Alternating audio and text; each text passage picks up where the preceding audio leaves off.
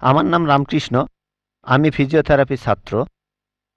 আমার প্রশ্ন হলো, আল্লাহর আদম হাওয়াকে সৃষ্টি করার কি প্রয়োজন ছিল, অথবা এই বিশ্ব জগৎ এগুলো সৃষ্টি করে কি উপকার পাবেন?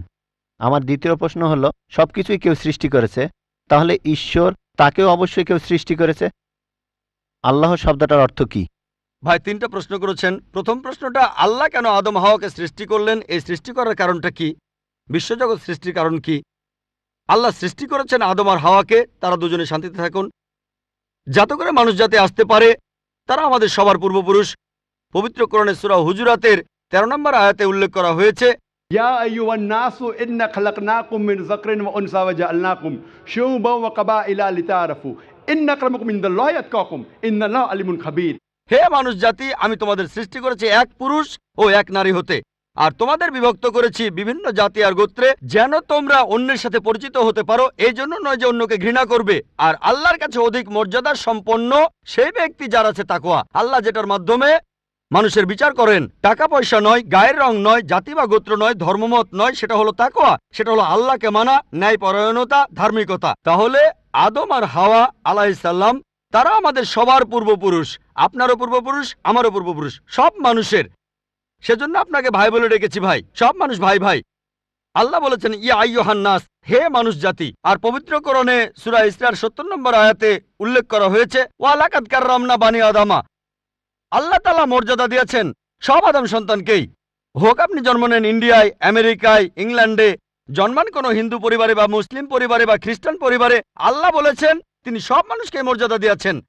মানুষে জন্মালে আল্লাহ তাকে মর্যাদা দেবেন। সে হোক আপনার নাম জাকির, আব্দুল্লাহ, রামু, শঙ্কর, মানুষে জন্মালে আল্লাহ মর্যাদা দেবেন।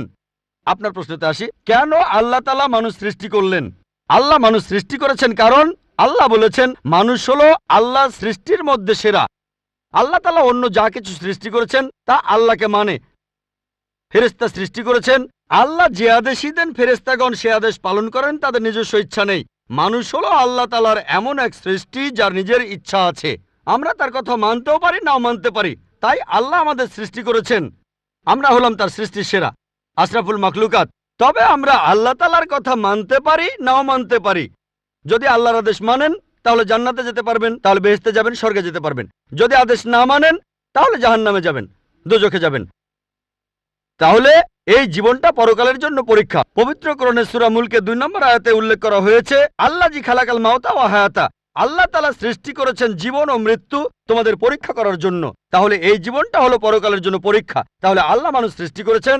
আর আল্লাহ বলেছেন সূরা জারিয়াতের 56 নম্বর আয়াতে উল্লেখ করা হয়েছে, ওয়া মা খালাকতুল জিন্না ওয়াল ইনসা ইল্লা লিয়াবুদুন। আমি সৃষ্টি করেছি জিন ও মানুষকে যেন তারা আমার ইবাদত করে। তাই আমাদের উচিত আল্লাহ তাআলার আদেশ নিষেধগুলো মেনে চলা। তাহলে আমরা আল্লাহ সুবহানাহু ওয়া তাআলার অন্যরকম সৃষ্টি যার নিজস্ব ইচ্ছা আছে। আমরা আল্লাহ তাআলার আদেশ মানতে পারি, আবার নাও মানতে পারি। অন্যান্য সকল সৃষ্টি যেমন তারা, গাছ, পাহাড়, পবিত্র কোরআন বলছে তারা আল্লাহ তাআলাকে সেজদা করে, তার সামনে নতজানু হয়, আল্লাহকে মানে। আমাদের স্বাধীন ইচ্ছা আছে, আল্লাহ আমাদের এই স্বাধীন ইচ্ছা দিয়েছেন। এই স্বাধীন ইচ্ছা নিয়ে যদি আল্লাহকে মানেন আপনি তাহলে ফেরেশতাদের উপরে চলে যাবেন। আর যদি আল্লাহ তাআলাকে না মানেন তখন হবেন শয়তানের সহযোগী। আল্লাহ আমাদের সৃষ্টি করেছেন পরকালের পরীক্ষার জন্য। আপনার দ্বিতীয় প্রশ্নে আসি, সবকিছুর একটা স্রষ্টা আছে, আল্লাহকে বানিয়েছে কে? যদি কেউ বলে সবকিছুরই একটা স্রষ্টা আছে, কথাটা ঠিক নয়। সব সৃষ্ট জিনিসের স্রষ্টা আছে। আল্লাহ তাআলার সংজ্ঞা হচ্ছে তাকে কেউ সৃষ্টি করেনি। যখনই বলবেন কে আল্লাহকে বানিয়েছে, সে আল্লাহ নয়। আল্লাহ তাআলার সংজ্ঞা হচ্ছে তিনি সৃষ্টি হননি। ধরেন এক লোক আপনাকে বলল যে ভাই, আমার বন্ধু জন, সে হাসপাতালে ভর্তি হয়েছে, সে একটা বাচ্চার জন্ম দিয়েছে। বলতে পারবেন এই বাচ্চাটা ছেলে না মেয়ে? বলতে পারবেন? চেষ্টা করেন, দেখেন। পারবেন না কেন? ছেলে না মেয়ে? হ্যাঁ না। ধরেন ভাই জন, সে হাসপাতালে ভর্তি হয়েছে, সে একটা বাচ্চার জন্ম দিল। এই বাচ্চাটা ছেলে না মেয়ে? আপনি বলতে পারবেন? না না। 50% চান্স ছেলে না মেয়ে। লোকজন সবাই হাসছে কেন? বলতে পারবেন? পারবেন না কেন? যে উত্তরই বলেন সেটা কি ঠিক হবে? চেষ্টা করে দেখেন, যে বাচ্চাটা জন্মালো সে কি ছেলে না মেয়ে? চেষ্টা করেন। মেয়ে। মেয়ে। ভাই, পুরুষ লোক কি বাচ্চার জন্ম দিতে পারে? হ্যাঁ, এখানে আপনি ভুল করেছেন। একইভাবে ভুল করেছেন যখন বললেন কে আল্লাহকে বানিয়েছে। পুরুষ লোক কোনো বাচ্চার জন্ম দিতে পারে না, তাহলে তো মেয়ে বা ছেলে হওয়ার প্রশ্নই আসে না। এখন কি আপনি বুঝতে পেরেছেন? হ্যাঁ, বুঝতে পেরেছেন, এই তো ভালো। পুরুষ লোক কোনো বাচ্চার জন্ম দিতে পারে না, তাহলে তো ছেলে বা মেয়ে হওয়ার কোনো প্রশ্নই আসে না। যখন প্রশ্ন করলেন কে আল্লাহকে সৃষ্টি করেছে, আল্লাহর সংজ্ঞা হচ্ছে, ঈশ্বরের সংজ্ঞা হচ্ছে তিনি সৃষ্টি হননি। যখনই বলবেন কে আল্লাহকে বানিয়েছে, সে আল্লাহ নয়। ওয়ালাম ইয়াকুল্লাহু কুফুয়ান আহাদ, তার সমতুল্য কেউ নেই। এবারে আপনার শেষ প্রশ্নটাতে আসে, আল্লাহ কে? আল্লাহকে সবচেয়ে সেরা সংজ্ঞাটা আছে পবিত্র কোরআনে সূরা ইখলাসে 1 নম্বর থেকে 4 নম্বর আয়াতে উল্লেখ করা হয়েছে। এখানে বলা হয়েছে যে কুল হুয়াল্লাহু আহাদ, বলো তিনি আল্লাহ এক, অদ্বিতীয়। আল্লাহুস সামাদ, তিনি অবিনশ্বর, চিরস্থায়ী। লাম ইয়ালিদ ওয়া লাম ইউলাদ, তিনি জন্ম নেননি, কাউকে জন্ম দেননি। ওয়া লাম ইয়াকুল্লাহু কুফুয়ান আহাদ, তার সমতুল্য কেউ নেই। এই হলো 4 লাইনের সংজ্ঞা আল্লাহ সুবহানাহু ওয়া তাআলার। যদি কোনো মানুষ, যদি কেউ বলে যে অমুক লোকটা আল্লাহ, সেই লোক যদি এই 4টা শর্ত পূরণ করতে পারে, আমাদের মুসলিমদের কোনো আপত্তি থাকবে না সেই লোককে আল্লাহ বলে মেনে নিতে। 4 লাইনের সংজ্ঞা, এটাই হলো ধর্মের লিটমাস টেস্ট। আল্লাহ তাআলার সংজ্ঞা প্রথমটা হলো কুল হুয়াল্লাহু আহাদ, বলো তিনি আল্লাহ এক, অদ্বিতীয়। আল্লাহুস সামাদ, আল্লাহ অবিনশ্বর, চিরস্থায়ী।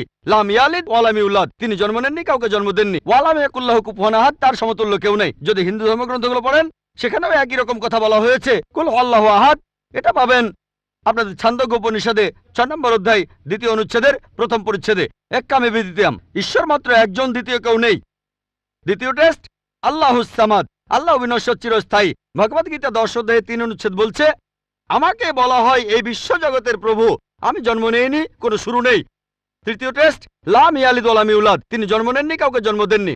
আর শ্বেতক্ষেত্র উপনিষদে আছে 6 নম্বর অধ্যায়ের 9 অনুচ্ছেদে, নাচাই সাকাসিজ জানিতা নাচা দীপা, ঈশ্বরের কোনো প্রভু নেই, তার কোনো বাবা মা নেই। মহান ঈশ্বরের কোনো বাবা নেই, তার কোনো মা নেই। তারপর ওয়ালাম ইয়াকুল্লাহু কুফুয়ান আহাদ, তার সমতুল্য কেউ নেই। আর শ্বেতক্ষেত্র উপনিষদে বলা হয়েছে 4 নম্বর অধ্যায়ের 19 অনুচ্ছেদে আছে। এছাড়াও যজুর্বেদ 32 অধ্যায়ের 3 অনুচ্ছেদে বলা হয়েছে, নাতাস্তি প্রতিমা আস্তি, মহান ঈশ্বরের কোনো প্রতিমা নেই, কোনো মূর্তি নেই, কোনো ছবি নেই, কোনো ফটোগ্রাফ নেই, কোনো ভাস্কর্য নেই। এটা কে বলেছে? যজুর্বেদ 32 অধ্যায় 3য় অনুচ্ছেদ বলেছে একই কথা, ওয়ালাম ইয়াকুল্লাহু কুফুয়ান আহাদ। যদি কেউ বলে যে অমুক লোকটা হচ্ছে আল্লাহ, যদি সেই লোক এই 4টা শর্ত পূরণ করে, আমরা মুসলিমরা কোনো রকম আপত্তি ছাড়াই সেই লোককে আল্লাহ বলে মেনে নেব।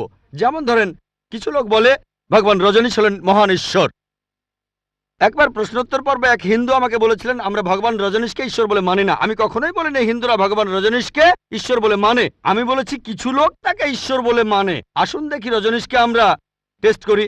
প্রথম টেস্ট হলো কুল হুয়াল্লাহু আহাদ, বলো তিনি আল্লাহ এক, অদ্বিতীয়। রজনীশ কি এক, অদ্বিতীয়? সেই কি একমাত্র লোক যে নিজেকে ঈশ্বর দাবি করেছে? এরকম অনেক মানুষই ছিল, আর এই দেশে হাজার হাজার লোক নিজেকে ঈশ্বর দাবি করেছে। রজনীশ একমাত্র নয়। তবে রজনীশ ভক্তরা বলে না না, উনি একটু আলাদা। এবারে পরের টেস্টে দেখি। আল্লাহুস সামাদ, আল্লাহ অবিনশ্বর, চিরস্থায়ী। রজনীশ কি অবিনশ্বর, চিরস্থায়ী? আমরা তার জীবনী থেকে জানি, তার আত্মজীবনী থেকে। রজনীশ ভুগছিলেন অ্যাজমা, ডায়াবেটিস আর পিঠের ব্যথায়। চিন্তা করেন, মহান ঈশ্বরের হয়েছে অ্যাজমা, ডায়াবেটিস, পিঠের ব্যথা। তৃতীয় টেস্ট লাম ইয়ালিদ ওয়া লাম ইউলাদ, তিনি জন্ম নেননি, কাউকে জন্ম দেননি। ভগবান রজনীশ জন্মেছিলেন মধ্যপ্রদেশে, তার বাবা মাও ছিলেন। 1981 সালে তিনি আমেরিকায় গেলেন, ইউএসএ। তখন হাজারো আমেরিকান তার ভক্ত হয়ে গেল। তারপর আমেরিকার অরিগন প্রদেশে তিনি বানালেন একটা সেন্টার, আর তার নাম দিলেন রজনীশপুরম, তার গ্রাম। পরবর্তীতে আমেরিকান সরকার তাকে অ্যারেস্ট করে কারাবন্দী করে রাখলো। রজনীশ বলতো যে আমেরিকান সরকার তাকে স্লো পয়জনিং করেছে। চিন্তা করেন, মহান ঈশ্বরকে স্লো পয়জনিং করা হয়েছে। 1985 সালে আমেরিকান সরকার তাকে বের করে দিলে সে ইন্ডিয়ায় চলে আসে। তারপর এখানে পুনায় সে আরেকটা সেন্টার খুললো, আর তার নাম দেওয়া হলো ওশো কমিউন। যদি রজনীশের সমাধির কাছে কখনো যান, তার সমাধির উপরে লেখা আছে ভগবান রজনীশ ওশো কখনো জন্মাননি, কখনো মরেননি, তবে পৃথিবীতে ভ্রমণ করেছেন 1931 সালের 11 ডিসেম্বর থেকে 1990 সালের 31শে জানুয়ারি পর্যন্ত। কখনো জন্মাননি, কখনো মরেননি, তবে পৃথিবীতে ভ্রমণ করেছেন 1931 সালের 11 ডিসেম্বর থেকে 1990 সালের 31শে জানুয়ারি পর্যন্ত। তার সমাধিতে এটা লিখতে ভুলে গেছে যে পৃথিবীর 21টা দেশ তাকে ভিসা দেয়নি। মহান ঈশ্বর আসলেন এই পৃথিবীতে, পৃথিবী ঘোরার জন্য, বিভিন্ন দেশে যাওয়ার জন্য তার নাকি ভিসাও লাগে। তখন গ্রিসের আর্কবিশপ বলেছিলেন, যদি রজনীশকে এই দেশ থেকে তাড়িয়ে না দেওয়া হয়, আগে তার ঘর পোড়াবো, তারপর ভক্তদের ঘর পোড়াবো। শেষ টেস্ট ওয়ালাম ইয়াকুল্লাহু কুফুয়ান আহাদ। পরীক্ষাটা এতই কঠিন যে একমাত্র আল্লাহ ছাড়া কেউই পাশ করবে না। যখনই আল্লাহর সাথে কারো তুলনা করবেন, সে আল্লাহ নয়। ওয়ালাম ইয়াকুল্লাহু কুফুয়ান আহাদ। এখন ভগবান রজনীশ অন্য অনেক মানুষের মতো মুখে দাড়ি ছিল, একটা নাক, দুটো চোখ, দুটো কান, দুটো হাত। যখন আল্লাহর সাথে পৃথিবীর কোনো কিছুর তুলনা করবেন, সে আল্লাহ নয়। ওয়ালাম ইয়াকুল্লাহু কুফুয়ান আহাদ। যদি কেউ বলে যে আল্লাহ তাআলা 1000 গুণ বেশি শক্তিশালী, আপনারা কি শোয়ার্জনেগারের নাম শুনেছেন? এই লোকের নাম কখনো শুনেছেন? কখনো শুনেছেন তার নাম? এই লোক একটা সময় ছিল মিস্টার ওয়ার্ল্ড, মিস্টার ইউনিভার্স, পৃথিবীর সবচেয়ে শক্তিশালী লোক, বিশ্বজগতের সবচেয়ে শক্তিশালী লোক। যখনই আল্লাহকে তুলনা করবেন কোনো কিছুর সাথে, হোক সেটা আর্নল্ড শোয়ার্জনেগার, হোক সেটা দারা সিং, হোক সেটা কিং কং, হোক সেটা 1000 গুণ বা লক্ষ গুণ, যখনই আল্লাহর সাথে এই পৃথিবীর কোনো কিছুর তুলনা করবেন, সে আল্লাহ নয়। ওয়ালাম ইয়াকুল্লাহু কুফুয়ান আহাদ। তার সমতুল্য কেউ নাই। তাহলে এই হলো 4 লাইনের সংজ্ঞা আল্লাহ সুবহানাহু ওয়া তাআলার পবিত্র কোরআনে আছে।